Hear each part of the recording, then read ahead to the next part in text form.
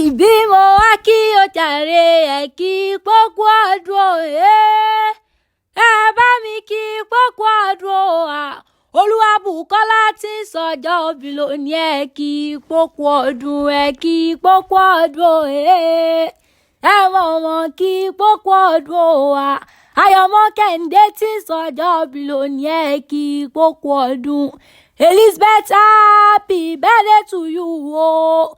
Aya David tí ń sọjọ́ òbí lónìí àṣẹ yìí sàmọ́dún ọdún ayọ̀ ló mọ̀ ń ṣe. Aya ọmọ Kẹ́hìndé igi rẹ̀ ẹ̀dùn jọ bí ọba ọmọ tí ń gbórí igi rétérété. Aya rẹ̀ lọ́dẹ̀ ọkọ̀ òní báwọn sọdún bànújẹ́. Ó ti wá sọdún eléyìí ó ṣe tẹ̀mí sí towó tọmọta ikú tí ń ṣe balẹ̀ ọ̀rọ̀. Màmá Olúwakẹ́mi blessing ò ní kánjú kú. Ìyá Olúwaṣemílóore rejoice ò ní mọ sàré ọmọ. Ìyá Olúwadáraṣími King David níre ni wọ́n sọ̀rọ̀ wátare. Níre ni wọ́n mọ̀ sọ̀rọ̀ lọ́rọ̀ rẹ̀ ò ní bọ́mọ aráyé nínú. Olúgbèmí Elizabeth aya David ọkọ rẹ̀ ló ní mọ́ kí ọkọ ọdún.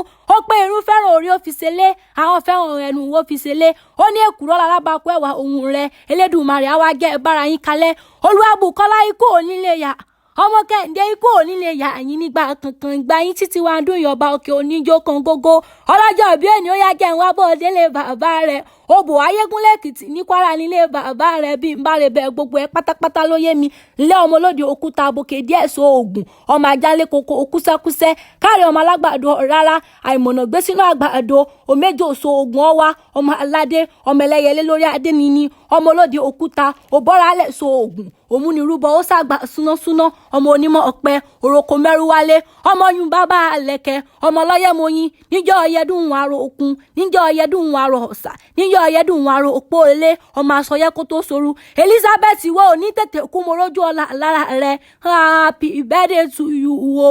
Bàbá wa bẹ̀rẹ̀ pé ta ni pẹ́ sàlátẹ̀ kan mo pé bẹ́ẹ̀ mọ̀ mi sẹ́ gbóhùn ẹnu mi ni èmi la rí kẹtàǹtà ọmọ olówó odò olúmọ̀sùkú gbadé òwúlọ́kọ̀ gbadé ò bẹ́ẹ̀ dé fẹ́ẹ́ bèrè tán.